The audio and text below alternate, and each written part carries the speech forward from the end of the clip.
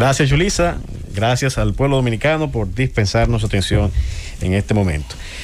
Miren, en la semana pasada, ya a finales, y a principios de esta también, hay una especie de comentarios entre corrillos. Hay comentarios en las redes sociales de que en esta semana habrá acciones legales por procesos de corrupción.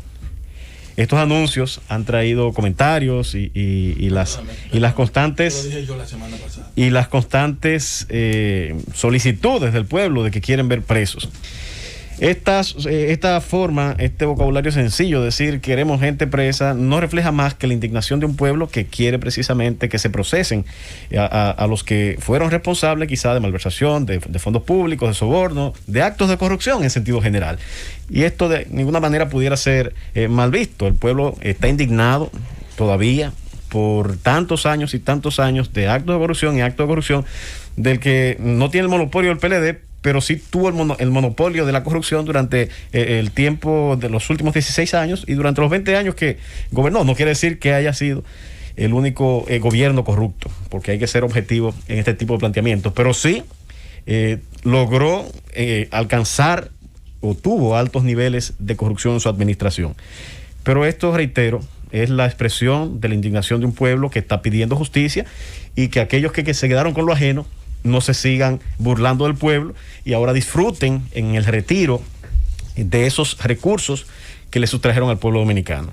Ahora bien, cuando los pronunciamientos vienen de la autoridad, cuando los pronunciamientos vienen de aquellos que están llamados a perseguir estos actos de criminalidad, la verdad que puede preocupar, y en esto he sido reiterativo. No se puede perseguir la corrupción con corrupción, no se puede perseguir la corrupción de manera alegre, porque luego, al festinar estos procesos, lo que se afecta es el interés público y el deseo del pueblo dominicano de por fin lograr que se sancione a los responsables de estos actos deleznables. Hay que ser cuidadoso. Ciertamente debe comenzarse con aquellos procesos que ya se tengan maduros, de los que se tengan sólidas pruebas de corrupción, pero no se debe actuar a la ligera y mucho menos anunciar que se va a apresar, que va a haber presos, porque que existan procesos penales no quiere decir que haya presos.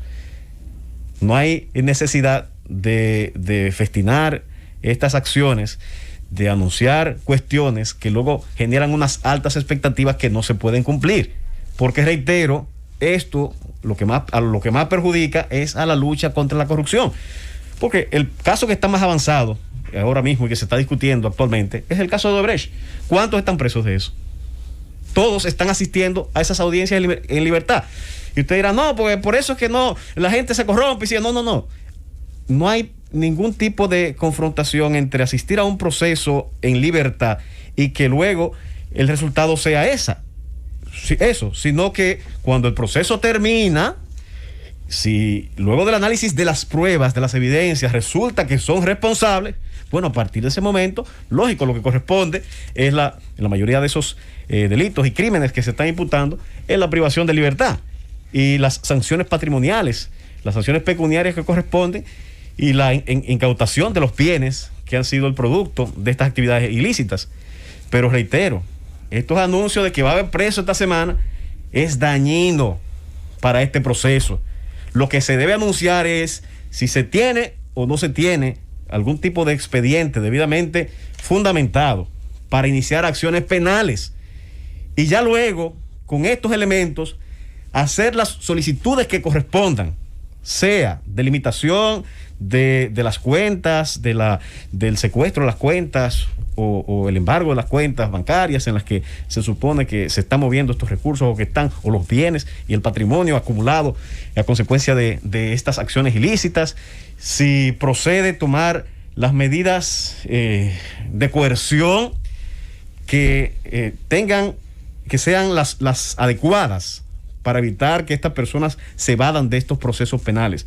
Si es la prisión preventiva, amén. Si es la prisión preventiva, la única medida de coerción que asegura la presencia de estos imputados, bueno, o si es la única medida que asegura que estos imputados no disipen pruebas, no seduzcan a los investigadores o que de alguna manera se vayan del proceso o que torpedeen la investigación, bueno, pues, pero como medida excepcional, porque al fin de cuentas no queremos un preso de 2 meses, de 3 meses, queremos que paguen por sus actuaciones con lo que establece la ley y en el marco del respeto al debido proceso.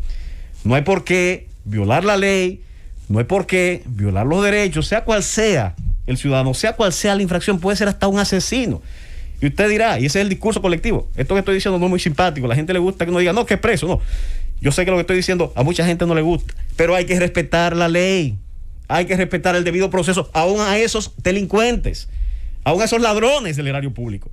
Ahora, hay que respetarle esos derechos, pero una vez el proceso se inicia, una vez se conocen las pruebas, las evidencias, una vez, luego de ese análisis, en un juicio oral público y contradictorio, se establece la responsabilidad, la culpabilidad de estas personas, bueno, pues ya es un juez imparcial que dice, sí, usted fue un corrupto, usted recibió sobornos, su patrimonio se acrecentó con los recursos provenientes del erario público. Y bueno, ya aquí, en estas condiciones, luego de agotar todo ese proceso, que es largo, no es un proceso de 2 días, pues entonces viene una sentencia condenatoria. Y en ese punto es que queremos que lleguen los presos, pero respetando el debido proceso. Y aquí vamos a hacer brevemente una explicación para quizá sustentar lo que estamos diciendo. Un proceso penal no es que yo te cogí preso, te llevo ante el juez y ya hay una sentencia condenatoria. Y no es cuestión de un día. Se inicia ese proceso de investigación. Luego que se tienen las pruebas suficientes, o algunas de las pruebas al menos, si hay necesidad de tomar una medida de coerción, ese fiscal solicita al juez de la instrucción que se aplique medida de coerción. Y eso estamos hablando del inicio del proceso. Si se toma una privativa de libertad, entonces tiene para presentar acusación 3 meses. Si no es privativa de libertad, tiene hasta 6 meses. Vamos a decir que fue no privativa de libertad. Pasan los 6 meses investigando, concluidos estos 6 meses, entonces presenta acusación. Pero esa acusación no es el fin del proceso.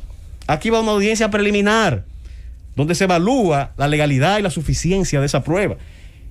Y en esa audiencia puede transcurrir 2, 3 meses discutiéndose incidentes y el proceso se alarga y es natural. Eso es parte del debido proceso. No es nada extraño, no es porque se trate de caso de corrupción, eso pasa todos los días en los tribunales con todos los tipos de casos. Ahora resulta que encontraron pruebas suficientes, que las pruebas eran legales. Entonces, dan un auto de apertura a juicio. El proceso va a un juicio oral público y contradictorio. En ese juicio también se conocen incidentes, se discuten las pruebas y todo eso es normal, ilícito. Ese es el debido proceso. Y ya luego, ese proceso puede tomarse, un proceso muy grande, 2, 3 meses, 4 meses, a veces hasta más, instruirlo. Luego de que concluye, entonces emite una sentencia. Pero esa sentencia no es definitiva. Esa sentencia pasa por una fase recursiva. Hay que presentar un recurso de apelación. O puede darse la necesidad de presentarse un recurso de apelación. Las partes tienen ese derecho, le asiste ese derecho. Va un recurso de apelación, los jueces de la Corte de Apelación ventilan el caso en las condiciones o en el marco que le permite la acción de ese recurso de apelación. Se examina ese proceso y entonces, si el caso, estos jueces al examinarlo entienden que el recurso no tiene mérito para una parte, lo rechaza. Si entiende que tiene mérito, lo acoge. Y entonces, de aquí pueden derivar modificaciones de la sentencia. O también puede dar lugar a un recurso de casación. Y en determinados casos los incidentes pueden llegar inclusive a la Suprema Corte de Justicia y al Tribunal Constitucional. Entonces, todo esto es tiempo. Todo esto es tiempo. Y es un tiempo necesario para lograr establecer fuera de toda duda razonable si esa persona es culpable o no. ¿Y esto es positivo? Sí, porque esa es la democracia que vivimos y que decidimos vivir. Y es la democracia y el sistema de derechos que está establecido en nuestra Constitución. Porque si fuera tan sencillo decir tú eres culpable o inocente, no existiera la justicia. Si fuera tan sencillo decir quiénes han cometido actos de corrupción con la participación y la intervención de una sola persona, no hubiera procesos penales. Y los procesos penales, los juicios son el fruto de un proceso de evolución de los sistemas judiciales de muchos años y que han probado ser efectivos. Finalmente, lo que pedimos es paciencia, que el pueblo entienda y que las autoridades transmitan la seguridad de que están haciendo lo debido, de que están investigando como se debe, que en el proceso de investigación van a respetar los derechos, pero sin temblarle el pulso, que van a ser contundentes, que van a ser constantes y pertinaces en la persecución de estos crímenes, de estos delitos, y que al fin de cuentas, no en un día ni dos, no en un día ni dos, no en un mes ni dos, va a haber presos. Que si va a haber presos, que los va a haber, entiendo, va a ser en el marco del respeto a las leyes y al debido proceso, pero los va a haber en el tiempo debido, cuando se agoten los trámites y los recursos legales correspondientes para que no se violen los derechos de nadie y que tampoco la batalla contra la corrupción sea un fracaso en la República Dominicana.